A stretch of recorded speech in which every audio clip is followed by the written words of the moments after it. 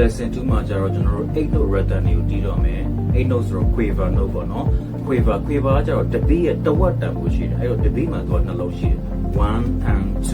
and 3 and 4 and ပေါ့နော်ဆိုတော့အပုတ်မှာတစ်ချက်တီးမယ်အကြွမှာတစ်ချက်တီးမယ်1 and 2 and 3 and 4 and down up down up down up down up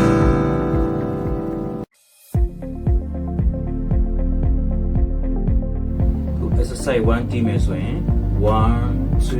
3 4 1 and 2 and 3 and 4 and 1 and 2 and 3 and 4 1 and 2 and 3 and 4 and 1 and 2 and 3 and 3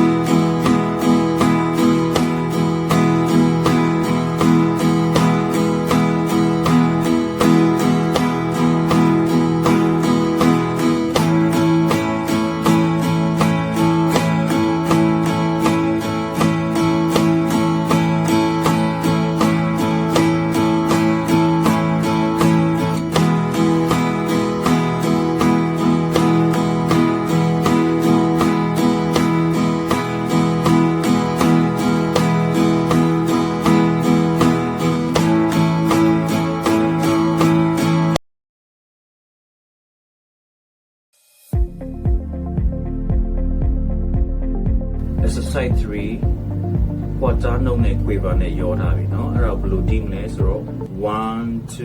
3 4 1 2 3 4 1 and 2 and 3 and 4 and 1 2 3 4 1 and 2 and 3 and 4 and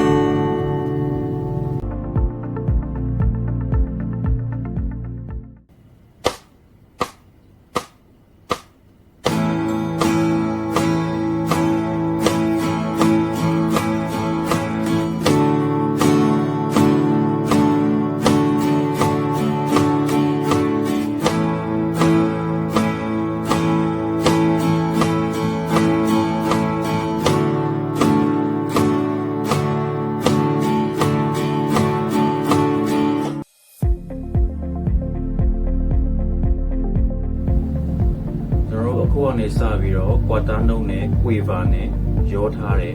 pattern လေးတွေကိုတီးကြတော့မယ်เนาะအဲ့မှာကိုတီးတဲ့ pattern တွေကိုပါးစပ်ကနေရွတ်ပေးပါခြေတော့ပုတ်ပေးပါ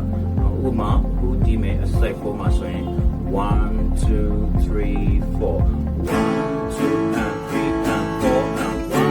2 and 3 and 4 and 1 2 and 3 and 4 and 1 2 and 3 and 4 andအဲ့လိုလက်ကလည်းတီးမယ်ခြေထောက်လည်းပုတ်မယ်ပါးစပ်ကလည်းရုံမယ်เนาะဒါအရေးကြီးပါတယ်เนาะအဲ့ဒါလုပ်ပေးပါလေ့ကျင့်ပေးပါ